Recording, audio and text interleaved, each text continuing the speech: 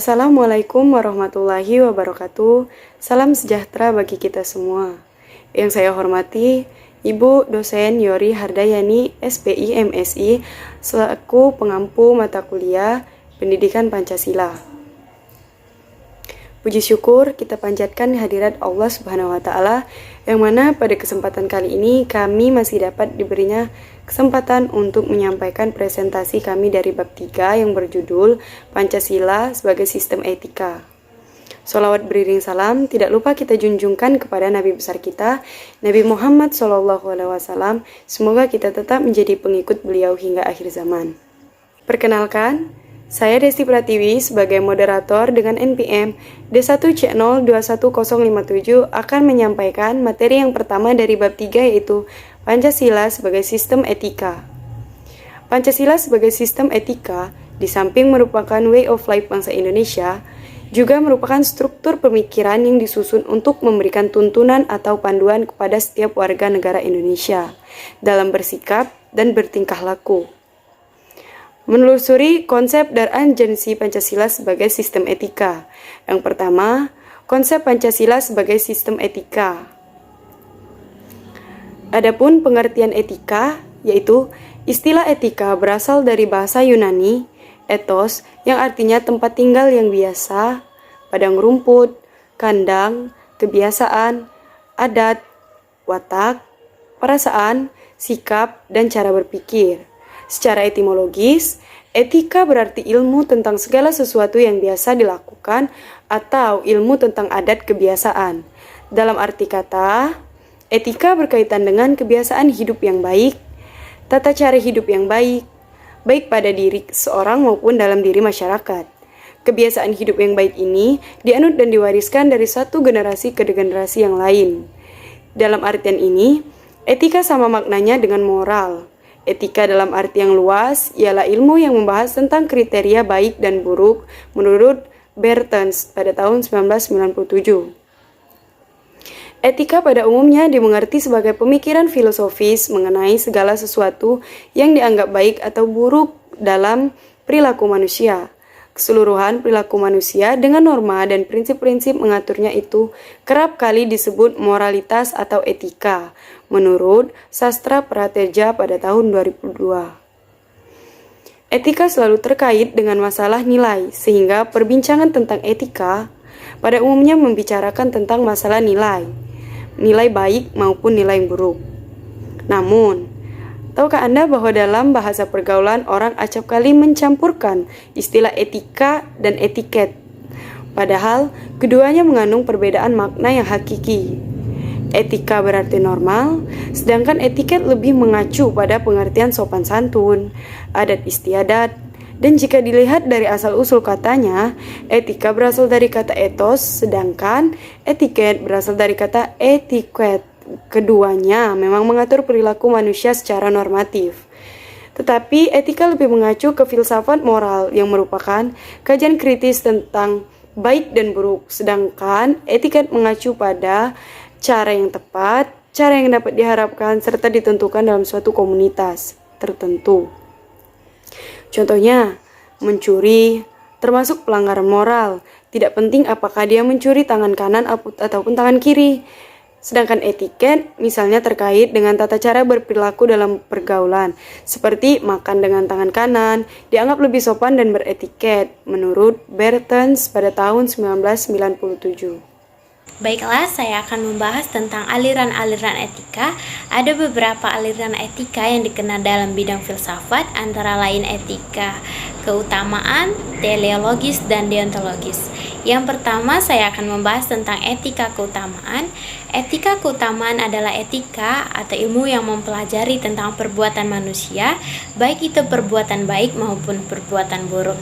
Ada beberapa contoh watak yang terkandung dalam teori ini, seperti sifat baik hati, kesatria, percaya diri, dan lain sebagainya. Yang selanjutnya ada etika teleologis, adalah teori yang menyatakan bahwa hasil dari tindakan moral atau menentukan nilai tindakan atau kebenaran tindakan dan dilawankan oleh kewajiban. Dan yang terakhir ada etika deontologis, adalah teori etis yang bersangkutan dengan membahas tentang hal-hal moral sebagai hal yang benar dan bukannya membicarakan tentang akibat maupun tujuan. Sekian, terima kasih. Selanjutnya, saya Resti Asmika dengan NPM D1 C021049 akan melanjutkan pembahasan selanjutnya, yaitu 2 urgensi Pancasila sebagai sistem etika. Ada beberapa problematika yang dihadapi bangsa Indonesia, contohnya seperti banyaknya kasus korupsi sehingga melemahkan sendi-sendi kehidupan berbangsa dan bernegara. Masih banyak terjadi aksi terorisme yang mengatasnamakan negara.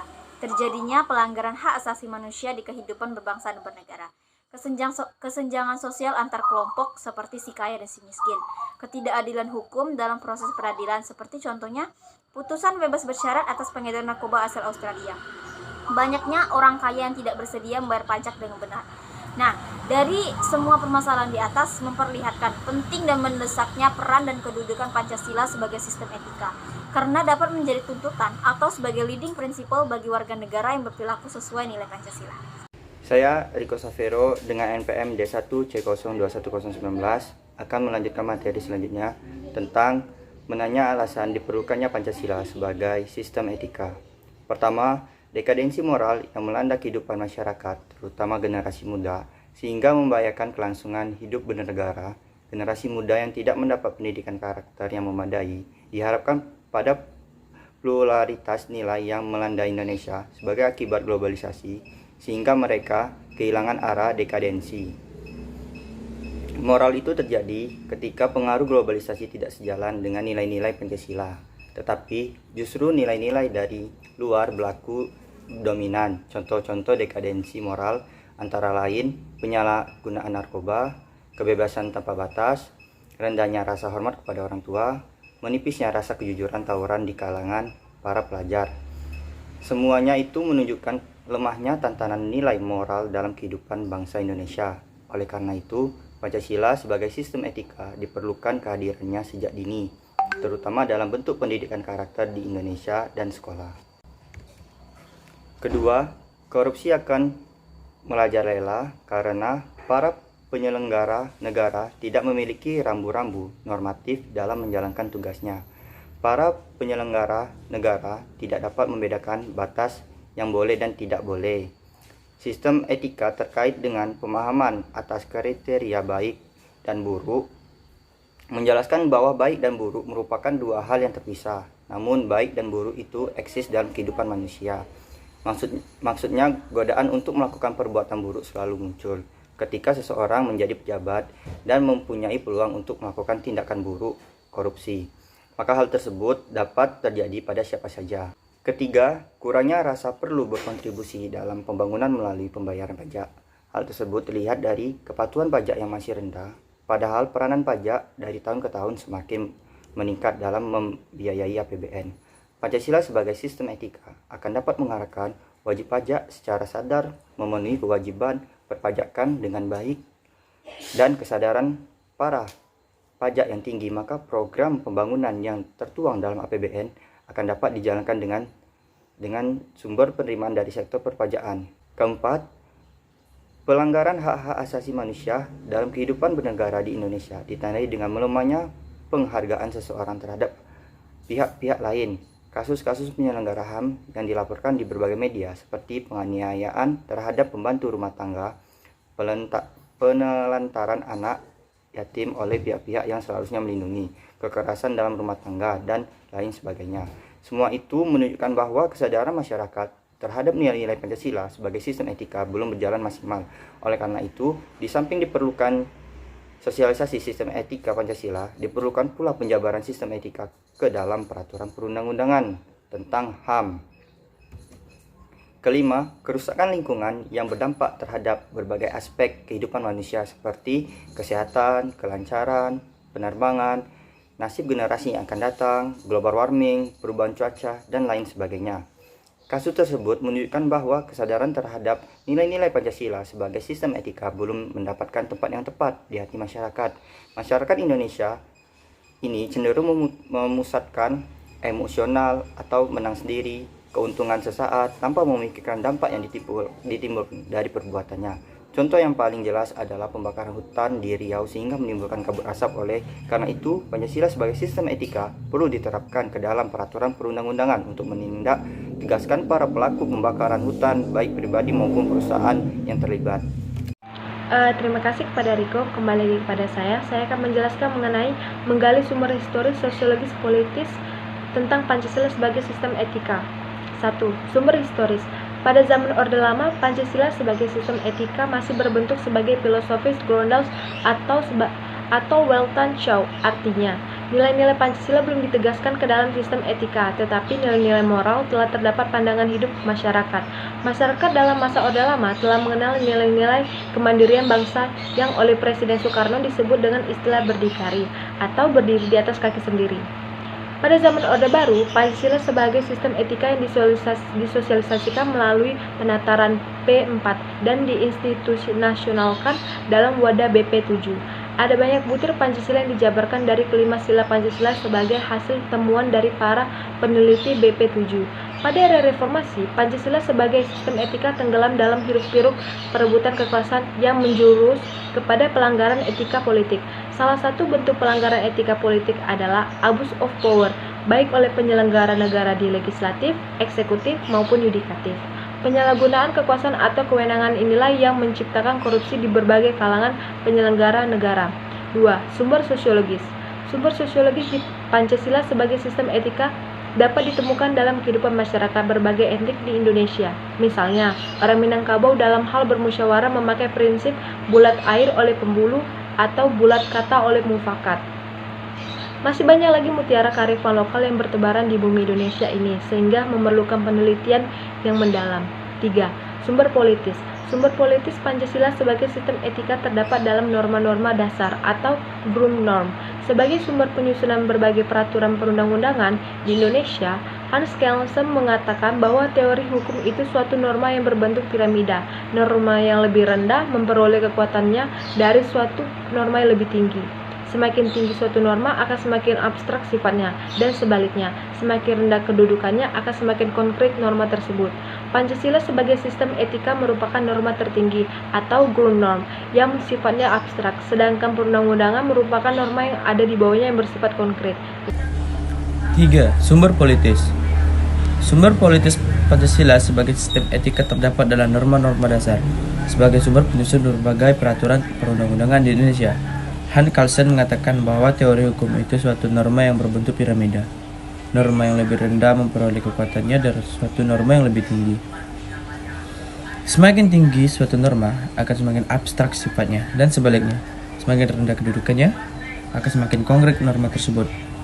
Pancasila sebagai sistem etika merupakan norma tertinggi yang sifatnya abstrak, sedangkan perundang-undangan merupakan norma yang ada di bawahnya bersifat konkret.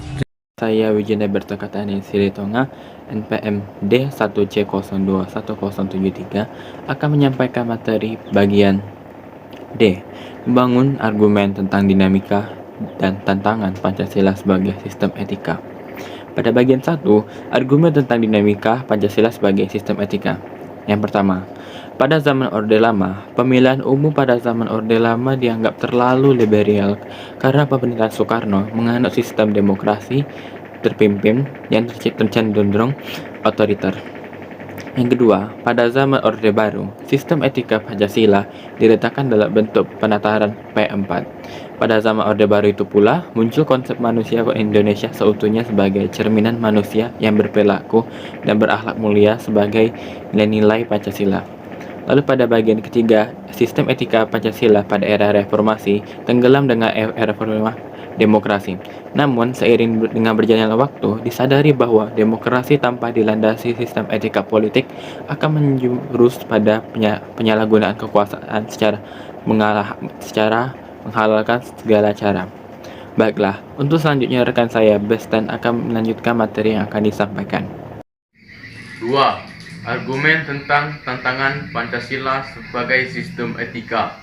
Argumen tentang tantangan Pancasila sebagai sistem etika terbagi menjadi 3 bagian. Yang pertama, tantangan terhadap sistem etika Pancasila pada zaman Orde Lama berupa sikap otoriter dalam pemerintahan sebagaimana yang tercermin dalam penyelenggaraan negara yang menerapkan sistem demokrasi terpimpin. Hal tersebut tidak sesuai dengan sistem etika Pancasila yang lebih menonjolkan semangat musyawarah untuk mufakat.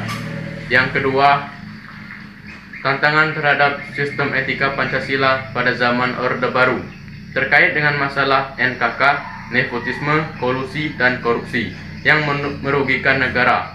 Hal tersebut tidak sesuai dengan keadilan sosial karena nepotisme, kolusi, dan korupsi hanya menguntungkan segelintir orang atau kelompok tertentu.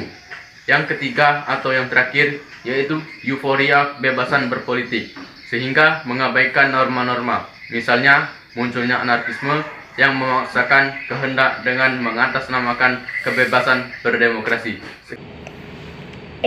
Mendeskripsikan esensi dan esensi Pancasila sebagai sistem etika. 1. Esensi Pancasila sebagai sistem etika.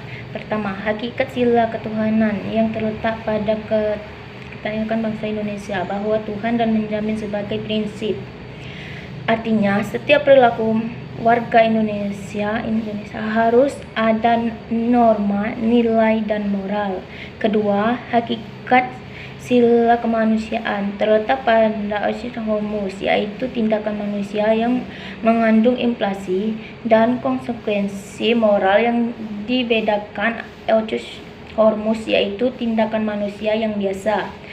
Ketiga, hakikat sila persatuan terletak pada kesatuan yang hidup bersama sebagai warga bangsa. Keempat, hakikat sila kerakyatan terletak pada prinsip musyawarah untuk masyarakat itu sendiri. Kelima, hakikat sila keadilan sosial bagi seluruh rakyat Indonesia yang berwujud deontologis, teleologis, dan virtu etis. Itulah penyampaian dari saya. Mendeskripsikan esensi dan urgensi Pancasila sebagai sistem etika. 1. Esensi Pancasila sebagai sistem etika.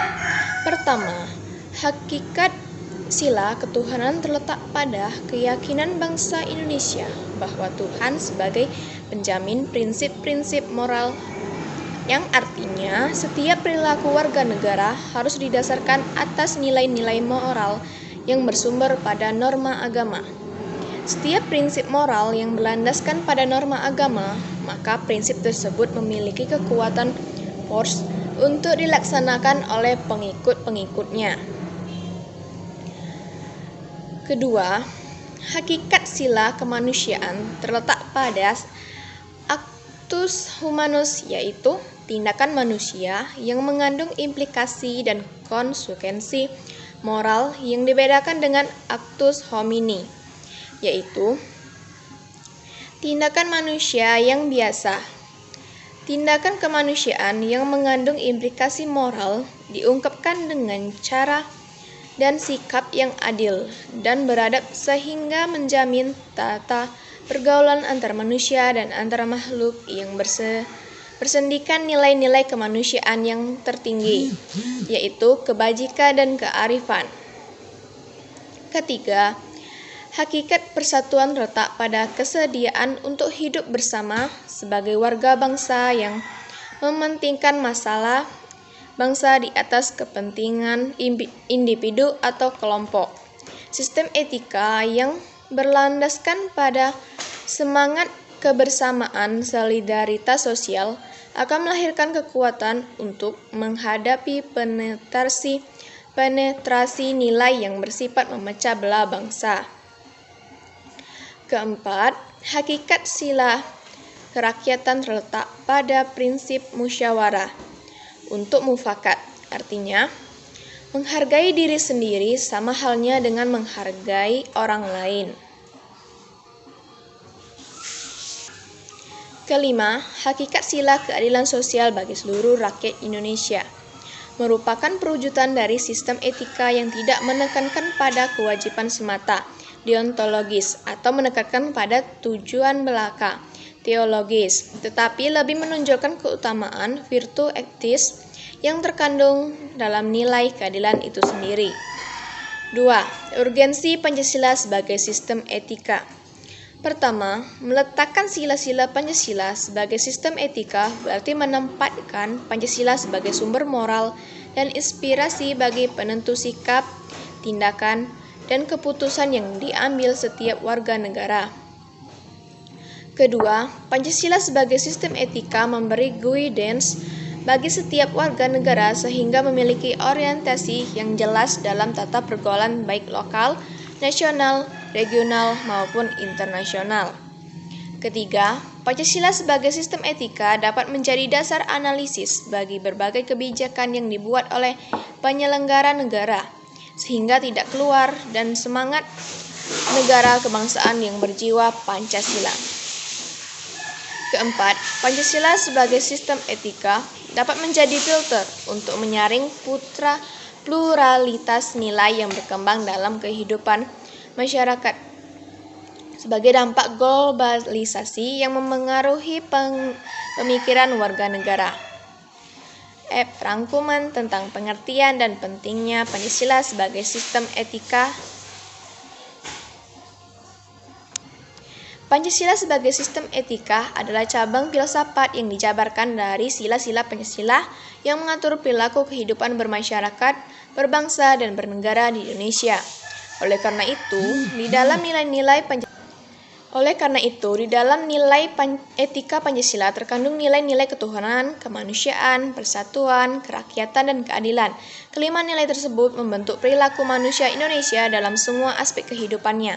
Pentingnya Pancasila sebagai sistem etika bagi bangsa Indonesia ialah menjadi rambu normatif untuk mengatur perilaku kehidupan bermasyarakat, berbangsa, dan bernegara di Indonesia.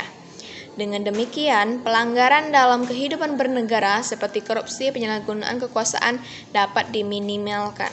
Terima kasih. Itulah dari kelompok 3 kami. Semoga sesuai dengan yang Ibu instruksikan.